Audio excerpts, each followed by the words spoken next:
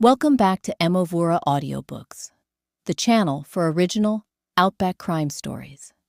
Fiction inspired by the vast, unforgiving heart of Australia. Tonight's story takes us underground to the Opal town of Coober Pedy, where a young fossiker's death leads one lone officer into a mystery buried deeper than any mine shaft. This is the Opal vein. The town of Coober Pedy doesn't sit on the earth so much as burrow into it. Half the people here live underground, in dugout homes carved from sandstone, because the sun outside is a hammer, and the ground is the only shade for 100 miles. It's a town built on opal, and opal, like anything valuable, draws two kinds of people: those who dig for it honestly and those who don't. This is the story of Senior Sergeant Marion Locke, the only police officer stationed in a town of 3,000 souls, and about as many opinions on how the law should work out here. Pre-dawn, the edge of the breakaways, it was Constable Danny Whitfield who found the Ute, nose down in a mine shaft off the Stewart Highway, 4 kilometers past the breakaways lookout. The driver was still in the cab. His name, according to his license, was Reuben Carter, 34 years old, a fossicker who worked a small claim on the edge of town. Marion Locke crouched at the lip of the shaft, torch beam cutting through the pre-dawn dark, and felt the particular cold that has nothing to do with temperature. Brakes didn't fail, she said. Look at the tire marks. He wasn't skidding. He was pushed. Danny frowned. Pushed how? There's no other vehicle marks. Not pushed by a car, Danny. Pushed by someone standing right there.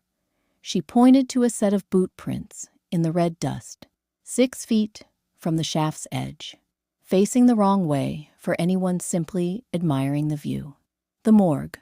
2 days later, the autopsy came back from Adelaide with something Marion had half expected and still didn't like. Reuben Carter had a blood alcohol level of 0, but his system was carrying a heavy concentration of methamphetamine, and old scarring in his nasal passage suggested this wasn't his first exposure. Funny thing, said Dr. O'Shea, the flying doctor who did double duty as the district's part-time forensic examiner. Fossickers I know out here, most of them can't afford their own bore water, let alone a habit like this. So where's the money coming from? Marion said. It wasn't a question. It was the whole case. In 6 words. Investigation montage. The mining camps. Marion spent the next 4 days doing what policing in a town like Coober Pedy actually looks like. Not car chases, but conversations. Underground kitchens with cups of black tea. A retired opal buyer named Albie Krantz, who'd seen everything twice. A backpacker hostel manager who kept a ledger of who came and went, because in a town without street addresses, a ledger was the only geography that mattered. It was Albie who mentioned the name first, almost by accident, while explaining why he didn't trust a particular claim, 2 streets, if you could call them that, from the war memorial. Ask about the Bilby claim, he said. Reuben went in with a fella called Corey Danes on that ground 8 months back. Struck a nice seam.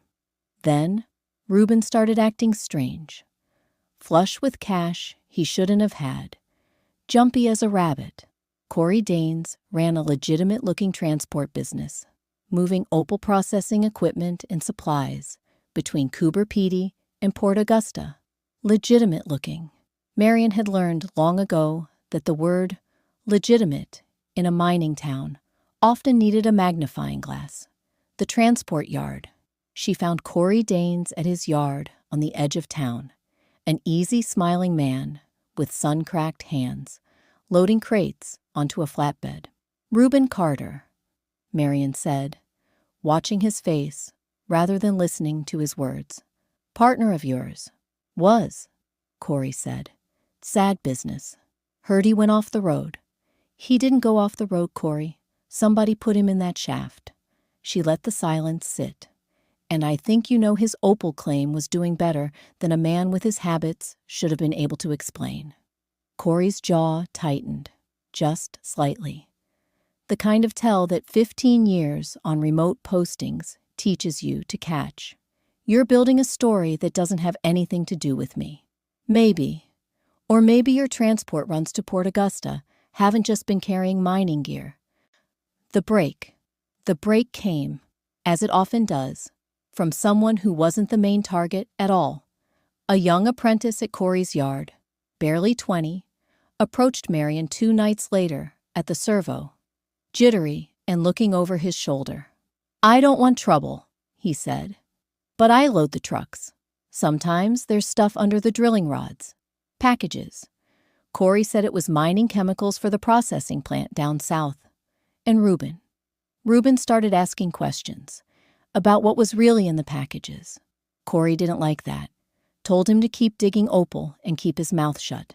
Reuben wouldn't. He said he was going to talk to you. Confrontation and resolution.